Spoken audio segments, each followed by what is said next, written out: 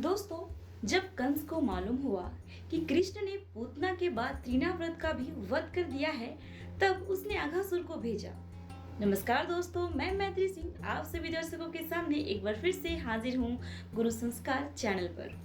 दोस्तों, आज मैं आप सभी दर्शकों के सामने कंस से जुड़ी एक पौराणिक रहस्य बताने जा रही हूँ, जिसके विषय में शायद ही आप लोग जानते होंगे। तो चलिए दोस्तों, आज हम आप लोगों को भगवान श्री कृष्ण की बाल लीला की एक कथा सुनाती हूँ। कैसे भगवान श्री कृष्ण ने ब्रह्मा जी के वरदानी राजकुमार को असुर योनि से मुक्त किया। तो चलिए दोस्तों, अब हम कथा की ओर चलते हैं। बकासुर के वध की खबर सुनकर कंस बहुत डर गया और मन ही मन सोचने लगा कि उसका अंत निकट आ गया है।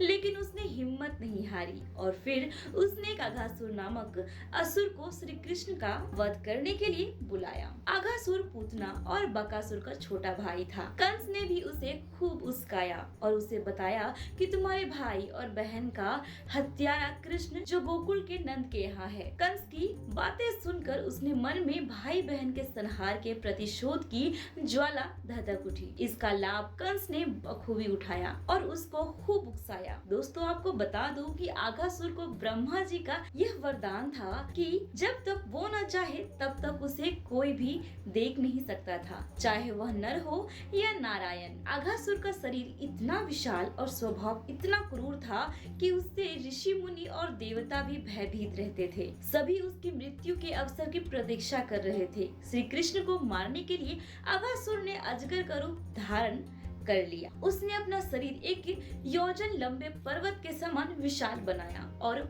मार्ग में लेट गया। अघासुर का यह रूप देखकर बालकों को भ्रम हुआ कि शायद यह भी वृंदावन की कोई सुंदर वस्तु है। उसका मुंह किसी गुफा की तरह दिखता था। बाल ग्वाल उसे समझ न सके और गोतु कवच उसे देखने लगे। अघासुर की जीभ उन्हें लाल रंग की सुंदर राह दिखाई देती थी। उन्हें इस पर चलने की इच्छा हुई। कुछ बच्चों के मन में भय भी हुआ कि कहीं यह कोई माया न हो जो उनका अहित करने आई हो। लेकिन सभी कहने लगे कि कन्हैया के होते क्या डरना।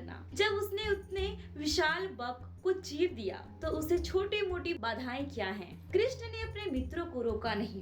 ग्वाल बाल भीतर गए तो अजगर के सांस से उन्हें तेज गर्मी महसूस होने लगी। वह सांस लेता तो बच्चे भरभरा कर गिरने लगते। अघासुर ने उन्हें अभी तक निगला नहीं। वह तो श्री कृष्ण की प्रतीक्षा कर रहा था। अघासुर बछड़ों और ग्वाल बालों के सहित भगवान श्री कृष्ण को अपने जबड़ों से चबाकर चूर चूर कर डालना चाहता था, परंतु उसी समय श्री कृष्ण ने अपने शरीर को बड़ी फुर्ती से विशाल करने लगे।